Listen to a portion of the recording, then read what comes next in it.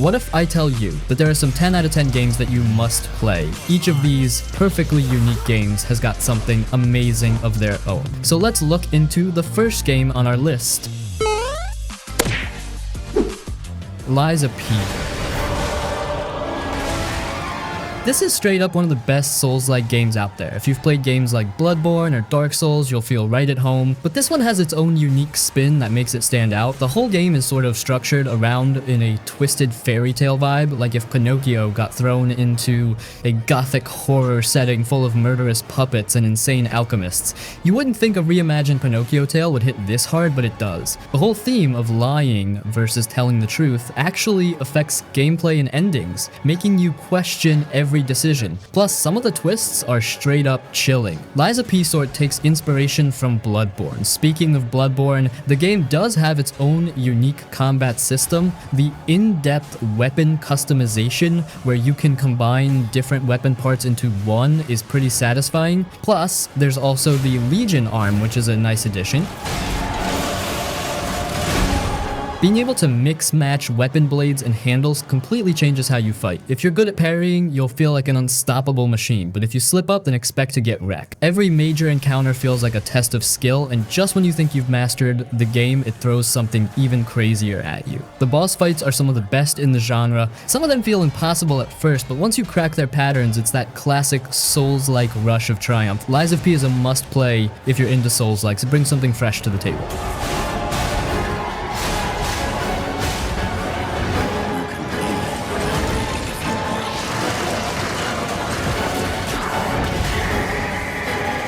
Kingdom Come Deliverance 2. Picking up right where the first game left off, you step back into the shoes of Henry, the blacksmith's son. So yeah, it means that this game is direct sequel to the first one, which honestly adds a lot of nostalgia and connections. This will be perfect for us who wants to see the rest of Henry's adventure. Now let's go over some usual features such as the environment, the decisions, the combat, and the other standout features. First off is the environment, or how the game is structured. You will see the same old century areas and landscapes. I mean, the game is basically set in a medieval period, so of course you will be surrounded by knights, merchants, and wooden homes. The best thing is that the developers leveled up the environments, they polished everything and cranked it up to 11. Moving on, let's talk about choices and decision making. Every decision you make carries weight. The game doesn't shy away from showing the repercussions of your actions, whether it's through branching quest lines or shifting relationships with other characters. Speaking of actions, combat has seen significant improvements. New weapon additions like crossbows and early firearms, though they come with their own challenges such as longer reload times and aiming difficulties. Kingdom 2 is an impressive journey through a recreated history. Its dedication to realism, combined with engaging storytelling, makes it a standout title for RPG fans. You have to fight till the bitter end.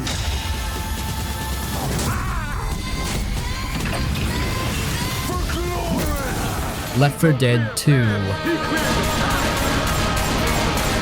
This game is pure chaos in the best way possible. The game's structure is pretty simple, just like the name suggests. It's a zombie apocalypse game, so you basically have to survive through hordes of zombies along with the rest of the survivors. But it's not just about shooting zombies. This game forces you to actually work as a team. If you try to go lone wolf, you won't be able to survive. What makes Left 4 Dead 2 stand out is the complex spawn system. In easier terms, the game changes the location of weapon spawns, enemies, and even the overall difficulty, depending on how good you're doing in the game. One moment you're cruising through a level like you're in Zom 100 anime, and the next thing you know, the game realizes that it's all too easy for you, and boom, it smacks you with surprises, and you're dead in the next moment. It's all peak zombie survival action. Smashing zombies with a frying pan or a katana never gets old. If you're playing with friends, it's some of the most fun you'll ever have in a co-op game. If you're playing with randoms, well then, good luck. Either way, Left 4 Dead 2 is still one of the best co-op shooters ever made, and even after all these years, it holds up extremely well.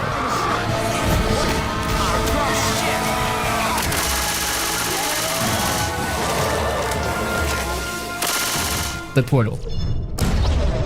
You did it. This game is short and simple on the surface, but it's genius. The whole game revolves around the portal gun, which lets you shoot 2 connected portals onto surfaces. Step through one, come out the other. It sounds straightforward, but the puzzles they throw at you get crazy. You'll be using momentum to launch yourself across gaps, redirecting energy balls, and figuring out how to outsmart the increasingly deadly test chambers. And then there's the AI. She starts off sounding helpful, but as you go deeper, you realize she's messing with you. And when things start breaking down, you realize that you're not just solving puzzles and you need to actually escape the facility. This sudden shift in the tone is one of the best things, because at first you are simply doing your job, but then quickly realizes that you're actually trapped. Portal is the kind of game that makes you feel smart for figuring things out, but also messes with your head just enough to keep you hooked. It's short, but damn near flawless. Honestly, if you're in the mood for something different and less hectic, then Portal will be a great game to play next. It will surely keep you hooked and will provide a head-spinning experience.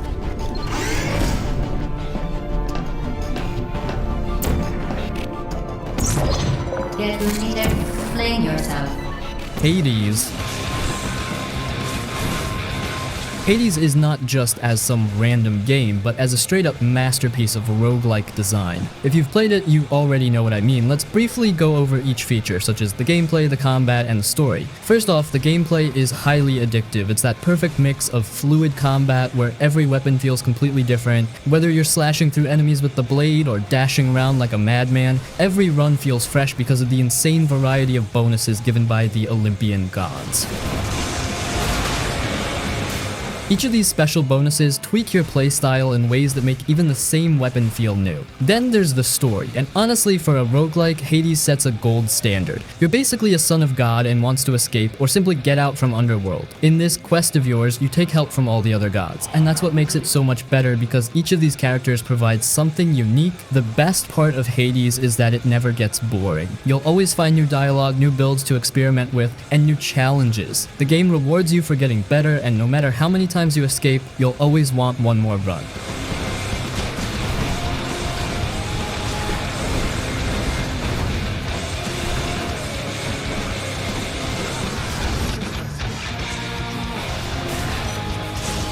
American Truck Simulator. This is one of those games that you don't really expect to get hooked on until you find yourself cruising down a highway at 2 a.m., vibing to some chill music, and actually feeling a sense of peace while hauling cargo across the country. At its core, it's a trucking sim, but it's more than just driving from point A to point B. The game nails that feeling of long-haul trucking, from the satisfying hum of the engine to the little details like adjusting your mirrors, managing fuel, and dealing with traffic. It's strangely immersive, especially if you use a wheel setup. Even with just a controller, the game feels smooth and responsive. You'll notice how different it feels driving through the deserts of Nevada compared to the dense city streets of California. It's not 100% realistic, but when you're rolling down an open highway, catching the sunset in your mirrors, it's hard not to appreciate how good the game looks. There's something super relaxing about loading up a trailer, setting your GPS, and just hitting the road. If you're looking for high-speed chases or action, this is not the game for you, but if you love the idea of being a trucker without the real-world stress, American Truck Simulator is absolutely worth a shot.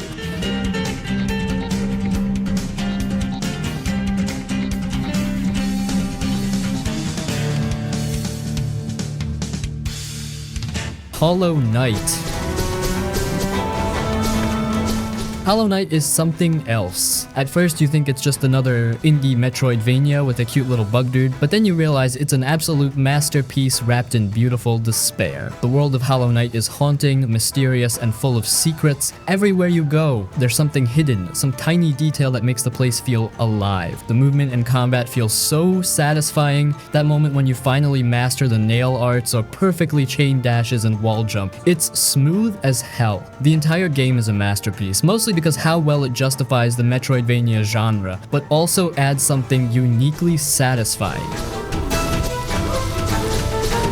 In my opinion, the exploration, the combat or boss battles, and the movements are the three ultimate features of this game. It all just pulls you into this deep, immersive experience. You can go hours without saying a single word, but still feel completely involved in the story. It's a game that doesn't tell you much outright, but if you pay attention, everything is woven together beautifully. Just be prepared to get lost, die a lot, and question every decision you make. But when you finally conquer it, that feeling is unmatched. Hollow Knight is one of the most satisfying games I have ever played. It's quite simple, but at the same time quite difficult because of its secrets and boss battles. You will be visiting tons of places and each of them holds something secretly unique. Who knows, if you stumble upon a secret boss in a hidden area,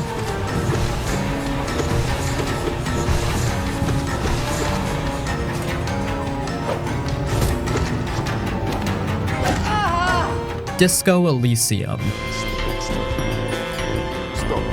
This is the kind of game that makes you question everything, including yourself. You play as this completely wrecked alcoholic detective who wakes up with no memory of who he is, where he is, or what he's even supposed to be doing. And you can guess what will happen next. The entire game revolves around finding about yourself, or shall I say finding what happened to the main character. Everything is driven by dialogue, choices, and the sheer weight of your own terrible decisions. Every skill check, every choice you make, it all weaves into this larger narrative where you're never quite sure if you're solving a murder or just unraveling your own mind.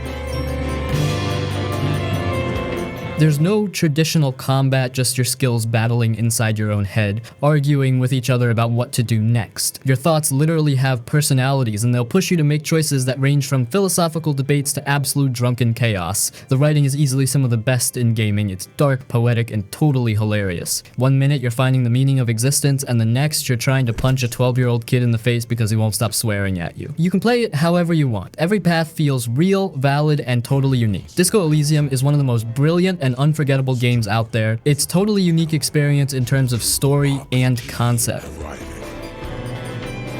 on the sea.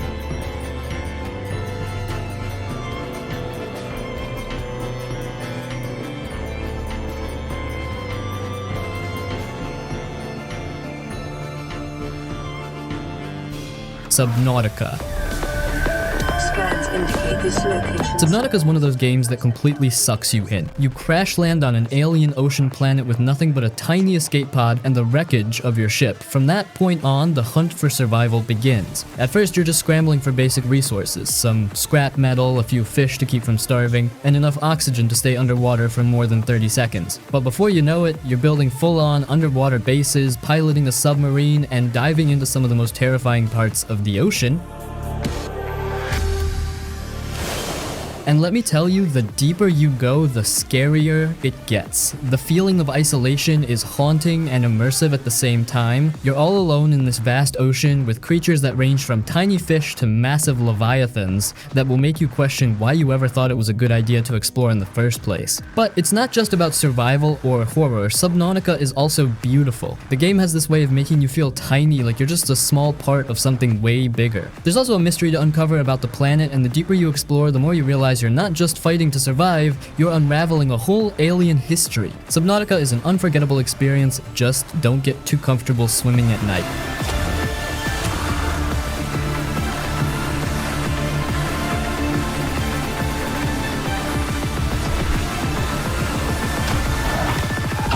Pentiment.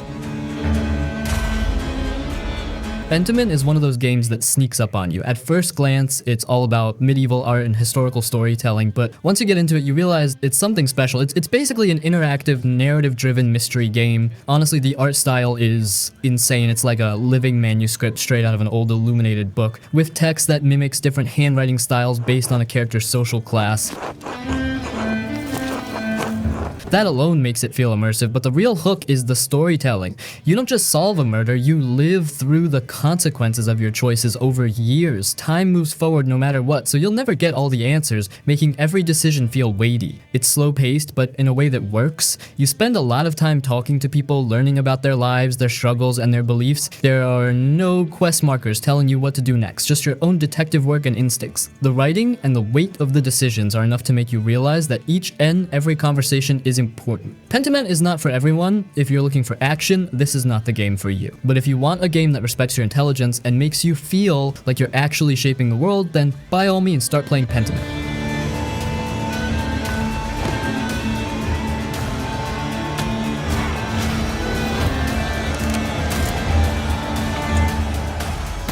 Persona 5 Royal. Persona 5 Royal is an absolute masterpiece that takes everything great about the base game and somehow makes it even better. It's got one of the slickest, most stylish presentations in gaming. Every menu, animation, and battle transition shows personality. It's all banger after banger, and the turn-based combat system is somehow addicting as hell. But the real hook are the characters. You don't just play as the Phantom Thieves, you bond with them. And each of the characters have their own struggles. By the end of the game, they feel like real friends. No need to look back. Go for it! It's a game that makes you feel like a rebel, calling out corruption while living a double life as a high schooler. Managing time between social links, school, and dungeon crawling is weirdly satisfying, and the payoff for maxing out relationships is always worth it. Honestly, Persona is a well-known series, surely some of us step back from it because of the anime-style experience, but it's a truly unique game, especially the third and fifth part. Sure, it's not traditional RPG like Witcher 3 or Skyrim, but it still packs a punch. If you have played any similar JRPG game before, then you will feel right at home. And the good thing is that even if you are a newcomer to the genre, you can still get your hands on Persona 5 Royal.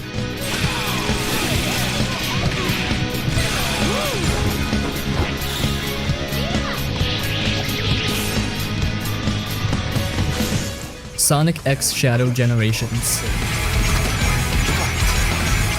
This title is a bundle that includes a remastered version of Sonic Generations and a brand new campaign called Shadow Generations, featuring Shadow the Hedgehog as the protagonist. The remaster of Sonic Generations brings the classic 2011 game to modern platforms with enhanced visuals, running at high resolution and at 60 FPS. The best feature is that you can play some of the classic Sonic stages in the good old 2D style or in modern 3D style. So the game is perfect for both OG fans and newcomers. To be honest, it's a dream come true to play an incredible Sonic game such as Generations on modern consoles, and when you mix in Shadow Campaign, it totally speaks perfection. Sure, there are some issues such as a few bugs or camera focusing errors, but they are all minor compared to the experience the game provides for Sonic fans. Briefly, Shadow Campaign is more suited for players who want to experience the Sonic games, but with Shadow as the main protagonist. There are so many tweaks and upgrades added, you will see tons of improvements in this campaign, making you feel that it's mostly suitable for players who want a modern experience. Sonic X Shadow Generation serves as a comprehensive celebration of the franchise's legacy. The remastered Sonic Generations offers a nostalgic trip with improved visuals, while the Shadow Generations campaign provides a fresh and engaging experience that adds depth to Shadow's character.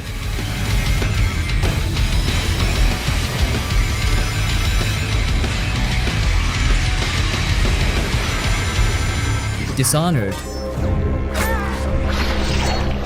Dishonored is one of those games that makes you feel like an absolute assassin badass. Short story explanation is that you're a royal guard who gets framed for murdering the Empress, a typical wrong place, wrong time situation. Because of this, they lock you up, and from that point on, it's a typical story of revenge and redemption. The real magic of Dishonored is how much freedom it gives you. You can go full ghost mode, never being seen, or just unleash chaos and turn Dunwall into a complete nightmare.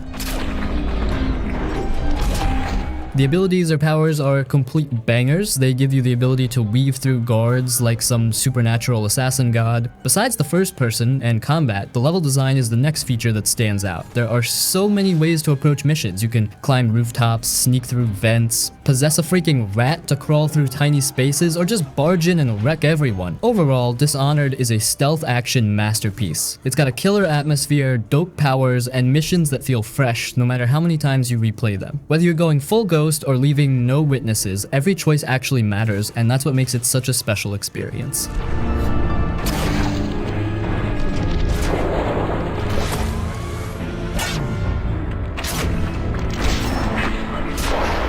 Darkest Dungeon. This game doesn't just test you, it breaks you. You think you're signing up for a gothic turn-based dungeon crawler, but no, you're actually stepping into a psychological horror disguised as an RPG. Your heroes don't just fight, they suffer. Every dungeon run is a slow descent into madness, and you're just trying to keep the party together. Every decision feels like life or death, and sometimes the game just decides you're gonna lose anyway. And upon permanent deaths, it's all gone, all the investments vanish. But here's the thing, when you do succeed, when you bring back a battered but breathing party, when you finally slay that major enemy, you don't beat Darkest Dungeon, you survive it. Darkest Dungeons is one of those games that is highly addictive because you will die many times, and that pain carry you on to one last try before you sleep. That's it, this cycle keeps going on until you complete the game.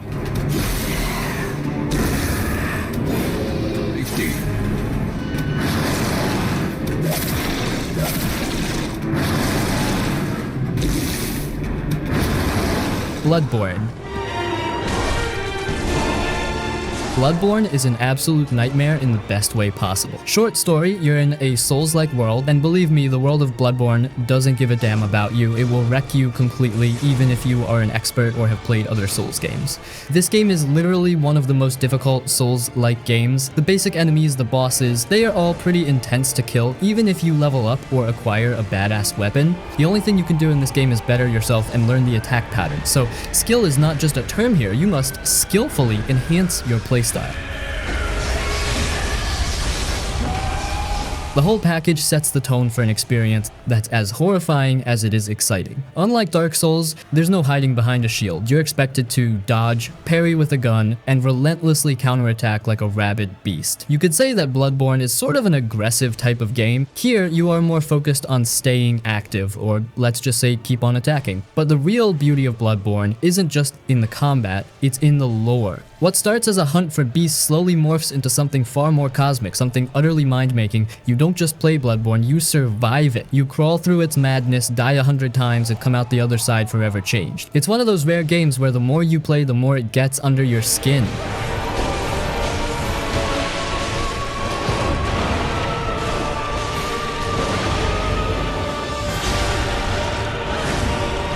Before I reveal my final pick, here's some honorable mentions. Metal Gear Solid 5.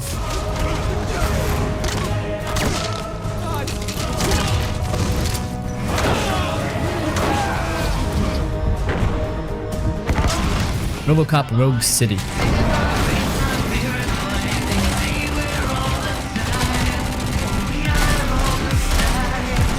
What Remains of Edith Finch. I tried to be quiet, but the bird was really scared. Including a wise calico that insisted on advising him. Skyrim.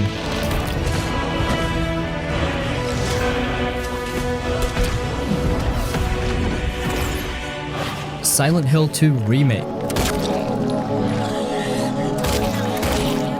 This is a masterful reimagining that honors the original and enhances the experience for modern gamers. Speaking of enhancements, almost everything is upgraded, the environments feel more thrilling, and the fog always keeps you on edge, like you're always questioning what's lurking on the other side. The original was surely a piece of art itself, but Remake double downs on everything. The horror and thrill here are extra spine-chilling. I highly recommend that you guys should play this game with headphones on. Playing with headphones, you'll find yourself constantly alert as every creak and whisper feels immediate and personal. Moving on, the story itself is quite personal. Half the time you're asking yourself, is it the monsters, or are you just unraveling the mind of your own character? I miss you so much. Somehow it feels like James is trapped in its own mind and the monsters are just a mere creation of his mind. His journey is both haunting and thought-provoking. There are also other human characters with important roles. Their personal stories intertwine with James's, each revealing different facets of human emotion and trauma. This remake doesn't just aim to replicate the original, it seeks to elevate. Regardless of if you have played the original, you must get your hands on the remake and start playing